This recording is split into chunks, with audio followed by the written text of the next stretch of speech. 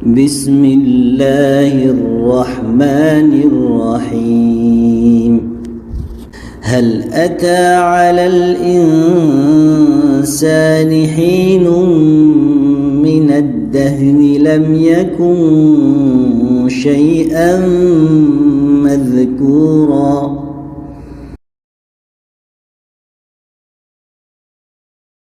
Pertanyaan pertama untuk Syekh yaitu adalah bagaimana cara kita menumbuhkan rasa takut kepada Allah Subhanahu wa taala saat kita sendirian.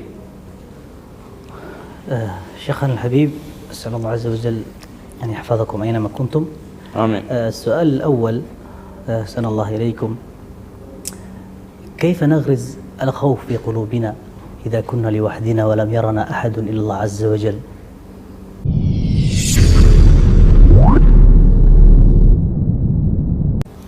أولا لابد نعلم أن الخوف عبادة. Kata beliau hafizahullah ta'ala, pertama-tama kita harus ketahui terlebih dahulu bahwasannya rasa takut merupakan bagian dari ibadah kepada Allah Azza wa Jal. أي عبادة تصرف لغير الله سبحانه وتعالى هذا هو الشرك الأكبر. نسأل الله العافية والسلام.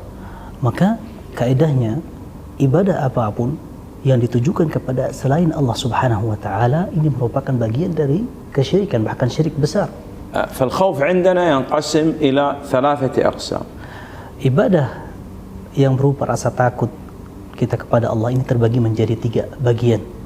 النوع الأول صرف لغير الله شرك أكبر. Bagian yang pertama adalah rasa takut yang apabila ditujukan kepada selain Allah hukumnya syirik besar. الثاني جائز. Yang kedua adalah rasa takut yang hukumnya wajar, boleh. الثالث محرم. Yang ketiga adalah rasa takut yang hukumnya haram. الذي يسأل عنه الشيخ هو القسم الأول. Dan yang berkaitan dengan pertanyaan adalah yang berkaitan dengan bagian yang pertama.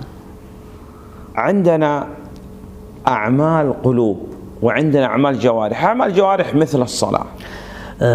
Di sini ada 2 hal yang harus diperhatikan. Yang pertama, ada amalan-amalan yang tumbuh dari hati, dan juga ada amalan-amalan yang dilakukan dengan anggota badan seperti salat. أعمال القلوب مثل الخوف.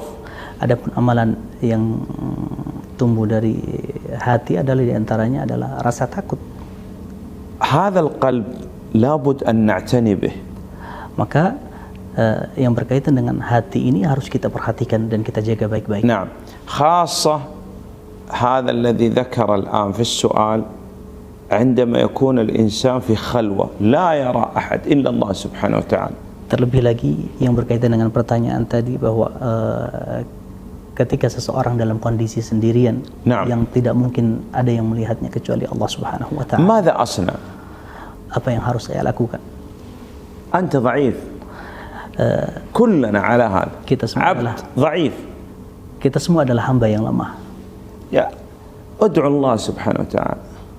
Maka solusinya adalah yang pertama kita meminta dan memohon kepada Allah Subhanahu wa taala. تدعو الله أن يرزقك الخوف بل أعلى من الخوف خشية الله سبحانه وتعالى.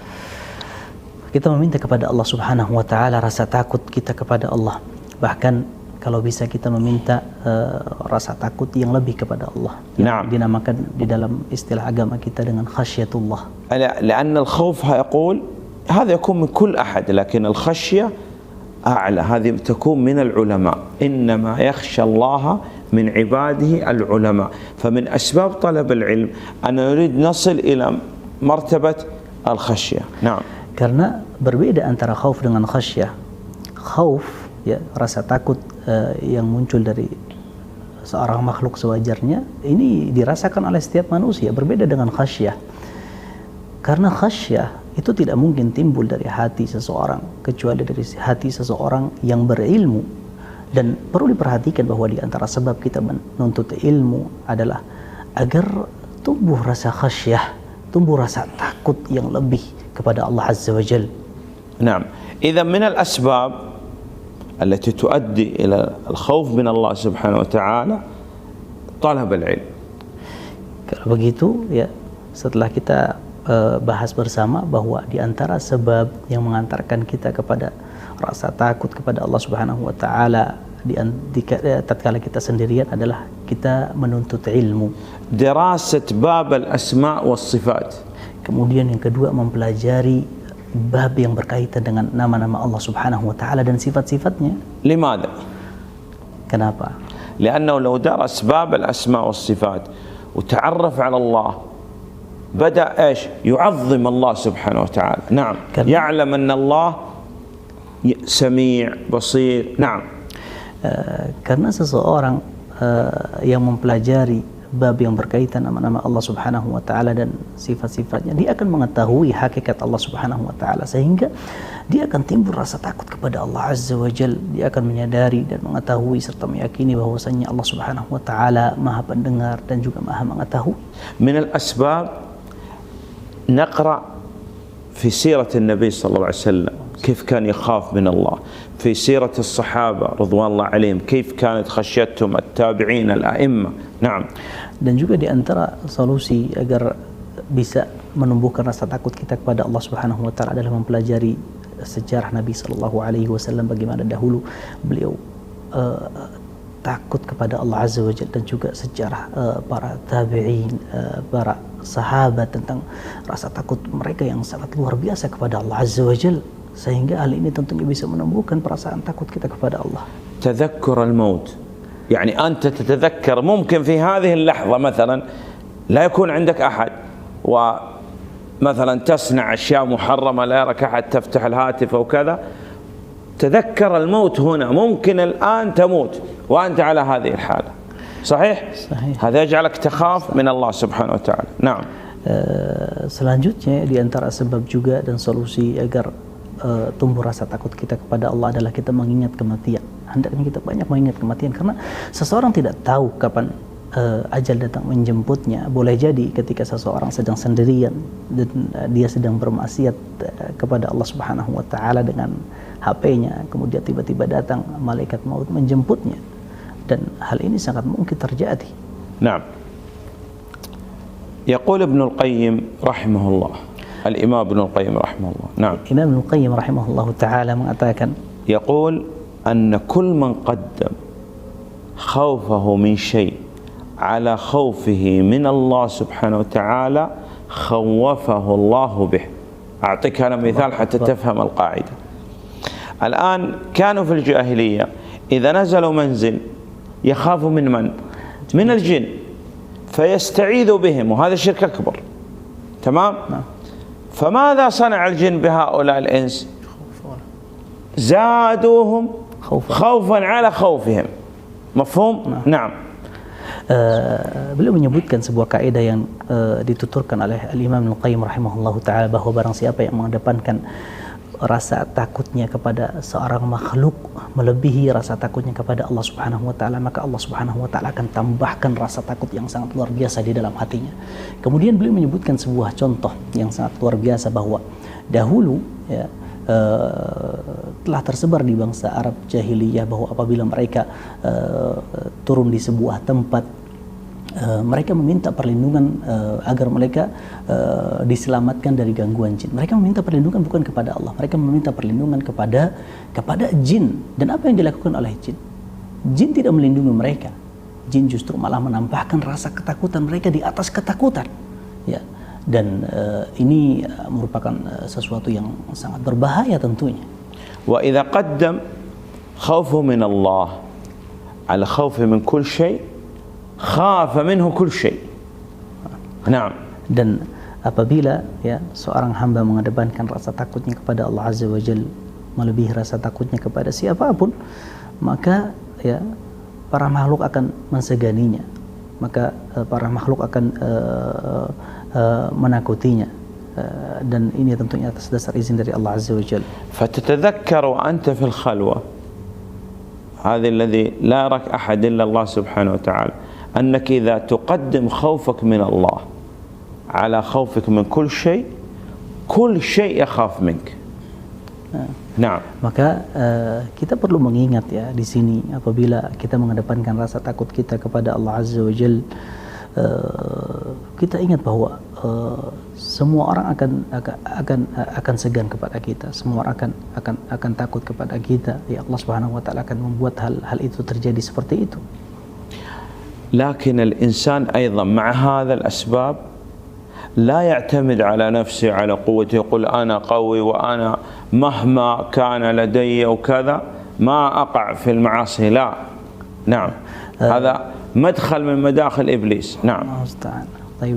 Dan di sini ada satu catatan penting ya, ketika seseorang setelah melakukan berbagai macam sebab yang telah kita sebutkan tadi agar bisa tumbuh rasa takutnya kepada Allah Subhanahu wa taala dalam hatinya, yang perlu diperhatikan adalah bahwa hendaknya seseorang jangan berpangku kepada dirinya ya, jangan pernah berpangku kepada dirinya, jangan pernah merasa percaya diri yang berlebihan ya, seakan-akan dia melupakan campur tangan Allah Subhanahu wa taala di dalam dirinya, karena ini adalah salah satu pintu di antara pintu-pintu iblis untuk menjatuhkan seorang manusia. إذا من الأسباب أن المسلم يغلق هذا الباب. يغلق باب إيش؟ باب أن الأمور اللي تفتح عليه الشر. يعني إذا يعرف من نفسه أنه ضعيف، ونحن ضعفاء لا شك في هذا، إيش يصنع؟ يعني ما يخلو وحده، ما يفتح برامج في الجوال يضع برامج فيها فتن فيها شهوات. مفهوم؟ أي نعم. Maka setelah kita menyadari bersama bahwa kita semua ini lemah ya, lemah di hadapan hal-hal yang diharamkan oleh Allah Azza wa Jalla, maka jangan sampai kita membuka pintu keburukan itu untuk diri kita sendiri ya.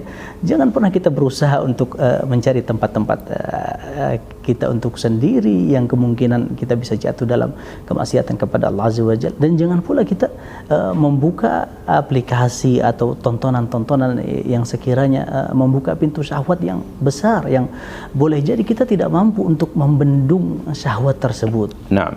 Wa yatadhakkar أن من ترك شيئا لله عوضه الله خيرا منه. يترك هذه البرامج لا ينزلها، يترك مثلا يعني بعض الناس حتى لا يأخذ الجوال، هذا الحديث مع الجوال القديم يقول أنا لا أستطيع، أغلق باب الشر ودرء المفاسد مقدم على جلب المصالح. يقول هذا الهاتف في مصالح لكن المفاسد أكثر، أنا أترك لله يعوضني الله خير مما تركت. Nah.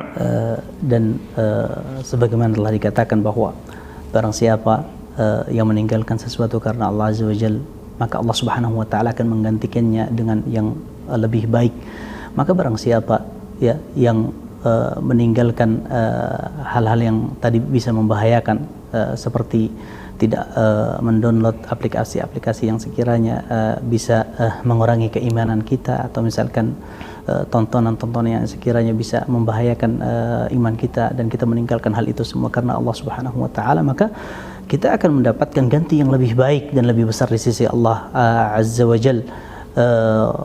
Oleh karena itu ya, bahkan sebagian orang ada yang meninggalkan HP-HP modernnya dan kembali kepada HP zaman dulu ya, kembali kepada HP zaman dulu karena dia meyakini bahwa dia khawatir tidak bisa membendung pintu-pintu fitnah dan pintu-pintu syahwat yang diakibatkan dari